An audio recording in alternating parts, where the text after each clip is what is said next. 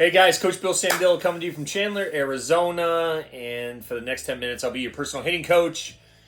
Man, there's a ton to unpack here. I've gotten a couple good emails, a couple videos sent to me by some other coaches, and I had to check them out, obviously, to see what they're talking about. But I'm getting a lot of questions on, 5 o'clock hitting. I'm not translating my training into the game, and I said there's so much to unpack with that question. In this first video, you're gonna watch Alex Bregman talk about what separates great hitters or good hitters from great hitters, and then we're going to talk about funneling, or what they call tunneling, pitch recognition. That's part of that question about, are you a 5 o'clock hitter? Can you translate what you're learning in training to the game? And I'm going to talk about what we're doing in training and how it relates to these questions. So watch this video, and I'll come back and give you my thoughts.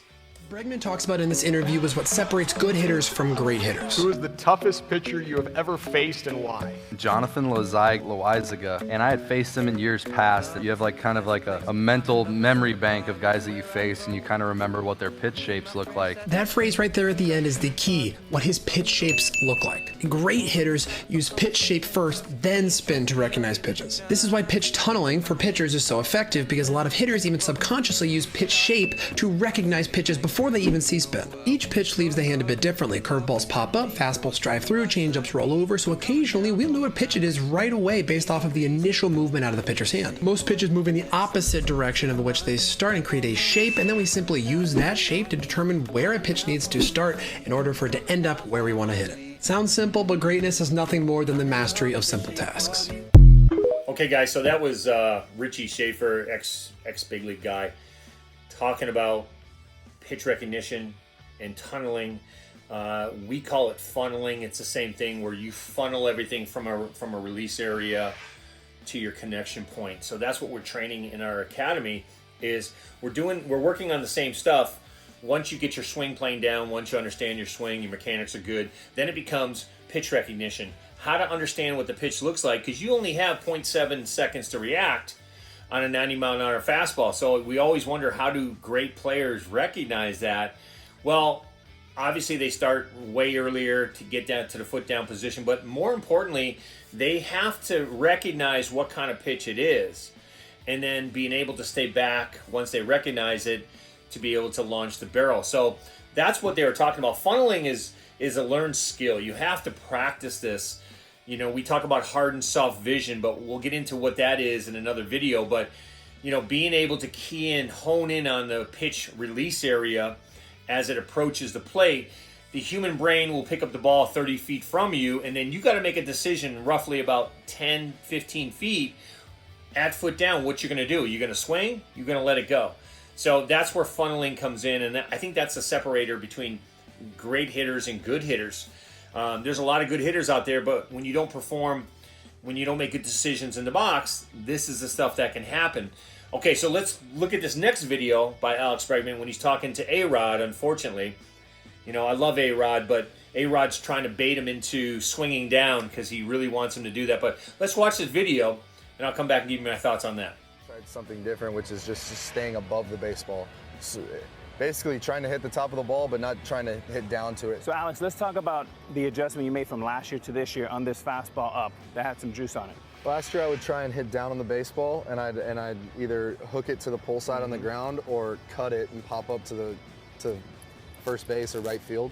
And this year, instead of trying to hit down, I tried to hit through and just stay above the ball, swing a baseball above. Okay guys, so in that video, you heard Alex talk about yet another major leaguer telling everybody you don't want to swing down, because all he's been doing when swinging down on an inside pitch is, because of that negative swing plane, all he's doing is rolling it over to the third baseman, or because he's chopping down on the ball, he's flaring it to right field. And that's all you're going to do. And it's amazing to me that it's taken this long for major league hitters to figure it out, when we've had some really good video analysis out for now 5, 6, 7 years.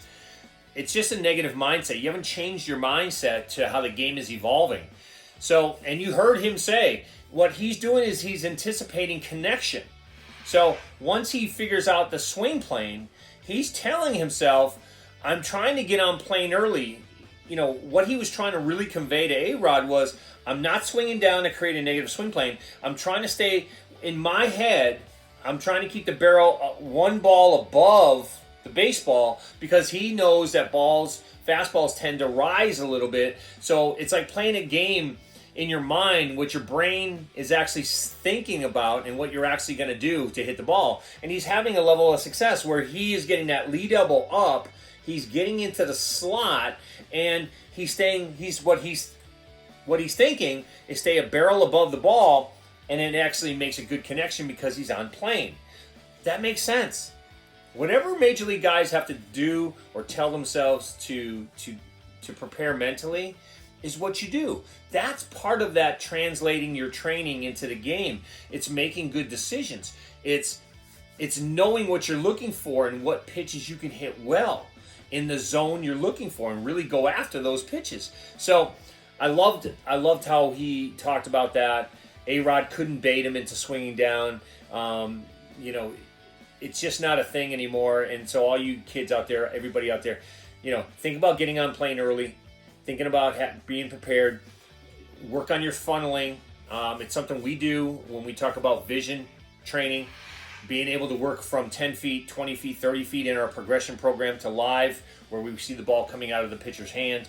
I mean, that's all stuff that relates to your training to the game. And that's what we're going to continue to do here in Arizona as we get ready for spring training. So, again, have yourself a great week. Keep those questions coming, and I'll talk to you again soon. But, you know, they were up there trying to do as much damage as they could. There's damage right there. Shohei